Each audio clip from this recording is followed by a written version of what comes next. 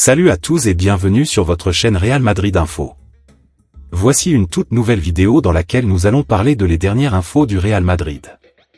Voici les grands points nous allons développer. Premièrement, Camavinga, les mots forts sur sa blessure. Ensuite, Real Madrid, la phrase piquante d'Ancelotti sur le statut de Mbappé. Et, Mercato, le Real Madrid victime d'un coup à la Mbappé. Et d'autres infos du Real Madrid. Je vous explique tous dans quelques secondes. Donc, restez juste qu'à la fin de la vidéo pour ne rien manquer. Mais avant tout, abonne-toi si c'est la toute première fois que tu nous suis sur cette chaîne, et activez la notification afin d'être à la une de toutes nos vidéos d'actualité comme celle-ci, donc n'hésite pas à lâcher un gros pouce bleu et quitter votre commentaire. Si c'est fait les amis, on y va. Real Madrid-Atalanta, ça rapporte combien la Supercoupe d'Europe aux équipes? Un premier titre dans la saison 2024-2025 se joue entre les Espagnols du Real Madrid d'un côté et les Italiens de l'Atalanta de Bergame, d'un autre, la Supercoupe d'Europe édition 2024. Ce match est l'opposition du vainqueur de la dernière Ligue des Champions et de celui qui a gagné la Ligue Europa. Au-delà de l'ambition sportive et l'occasion donnée d'étoffer le palmarès, il y a un intérêt sportif qui n'est pas négligeable. En effet, tel que nous l'avons appris à Sportune, la prime de cette Supercoupe d'Europe est augmentée en 2024, en même temps que progressent ailleurs toutes les rémunérations versées par l'UEFA, aux candidats des coupes européennes. Auparavant payées 3,5 millions d'euros jusqu'à la saison dernière, les deux équipes en lice vont pouvoir prétendre à 500 000 euros de plus pour leur participation. 4 millions sont donc garantis, 1 million de plus reviendra au lauréat de la confrontation. En plus d'un trophée, lourd de 5 kg et haut de 42,5 cm. L'autre information. Vinicius, le roi des finales. Le Brésilien rayonne lorsqu'il s'agit de répondre présent dans les finales qu'il a disputées avec le Real Madrid depuis son arrivée. Vinicius a joué 10 finales avec le Real Madrid, une seule finale perdue pour un bilan solide de 7 buts et 4 passes décisives. Les finales sont le terrain de jeu favori du jeune Brésilien, candidat sérieux au Ballon d'Or. Un match qui pourrait permettre d'ajouter une ligne de plus à son palmarès déjà impressionnant avec le Real Madrid. Il remporterait ainsi son 13e titre avec les Merengues.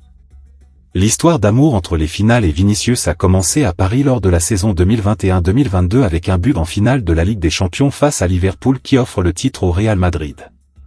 Ensuite, lors de la finale du Mondial des clubs, en février 2023, le Brésilien a inscrit 2 buts et délivre une passe décisive face au club saoudien de Al Hilal. La saison dernière, il a marqué de son empreinte la finale de Supercoupe d'Espagne face au Barça avec un triplé. Il a également délivré une passe décisive lors de la finale de la Supercoupe d'Europe 2022 et une autre lors de la finale de la Copa del Rey 2023. Et si le Real Madrid dispute cette finale de Supercoupe d'Europe, c'est en partie aussi grâce à Vini qui avait marqué le 2e but du Real Madrid lors de la finale de la Ligue des Champions 2024 face au Borussia Dortmund. D'ailleurs, un titre de plus et une bonne performance ce soir rapprocherait encore un peu plus Vinicius du Ballon d'Or. L'autre information. Modric et Ancelotti a un titre de l'histoire. Si le Real Madrid remporte la Supercoupe d'Europe ce mercredi soir face à l'Atalanta Bergame, Luka et Carlo entreraient un peu plus encore dans la légende du Real Madrid. Le génie croate deviendrait le seul et unique joueur le plus titré de l'histoire du Real Madrid avec un 27e titre dans sa carrière madrilène. Nacho restera à 26 titres avec son départ en Arabie Saoudite à Al-Qadsia FC. Son compatriote Carvajal pourrait, quant à lui, glaner un 26e titre et ainsi devenir le 2e joueur le plus titré de l'histoire du club à égalité avec Nacho. De son côté, Don Carlo peut devenir l'entraîneur le plus titré de l'histoire du Real Madrid avec 14 titres et ainsi rejoindre la légende Miguel Muñoz, vainqueur de 14 titres également. Les 14 titres de Miguel Muñoz ont été remportés entre 1960 et 1974, ce qui fait une moyenne d'un titre par saison. Carlo Ancelotti, avec une victoire en finale de Supercoupe d'Europe, remporterait son 14e titre en seulement 5 saisons à la tête du Real Madrid, ce qui donne une moyenne de près de 3 titres par saison. Une saison qui pourrait être historique pour le Real Madrid à bien des égards. La Supercoupe d'Europe serait le premier titre d'une liste de 7 titres potentiels pour la Casablanca, la Supercoupe d'Europe, la Liga, la Copa del Rey, la Supercoupe d'Espagne, la Ligue des Champions, la Coupe du Monde des clubs et le nouveau Mondial des clubs. Au rayon des records historiques, rajoutons que, 58 ans après la légende Paco Gento, Modric, Nacho, Carvajal et Kroos ont réussi à égaler le record de 6 Ligues des Champions remportées le 1er juin 2024. Modric et Carvajal auront donc l'occasion cette saison d'aller chercher une 7e Ligue des Champions et de devenir ainsi les 2 joueurs les plus titrés de l'histoire de la compétition. L'autre information. Mercato, Alphonso Davies prêt à faire une Kylian Mbappé pour rejoindre le Real Madrid. Le mercato du Real Madrid semble être terminé pour cet été.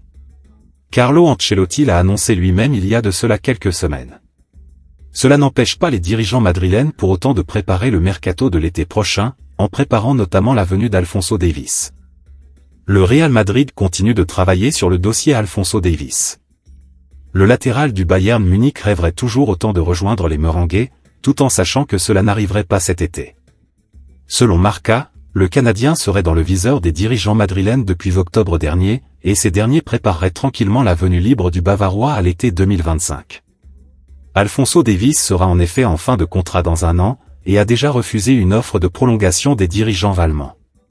Si les Merengues ne souhaitent pas recruter cet été l'international canadien, c'est parce qu'ils estiment que Ferland Mendy et Fran Garcia pourront suffire cette saison au poste de latéral gauche, en attendant la venue libre de Davies, et en n'ayant pas besoin de dépenser la grosse somme demandée par le Bayern Munich, comme l'affirme le média madrilène. De son côté, le Canadien sait qu'en attendant tranquillement l'été 2025, il rejoindra libre la Maison Blanche, son objectif depuis plusieurs saisons désormais. Si Alphonso Davies ne souhaite pas entendre parler d'une prolongation de contrat à Munich, c'est parce que le Canadien ne voit pas son futur en Bavière.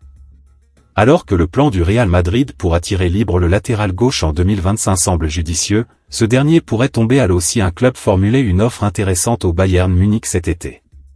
Le club pourrait souhaiter récupérer une indemnité de transfert sur son latéral, et pousser ce dernier à la sortie, en le menaçant par exemple de l'écarter du 11 de Vincent Kompany cette saison.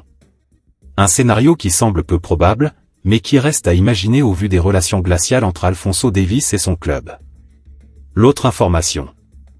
Camavinga, les mots forts sur sa blessure. Gros coup dur pour le Real Madrid et Eduardo Camavinga. Ce mardi, le milieu de terrain français s'est blessé lors de la dernière séance d'entraînement avec la rencontre face à l'Atalanta ce mercredi.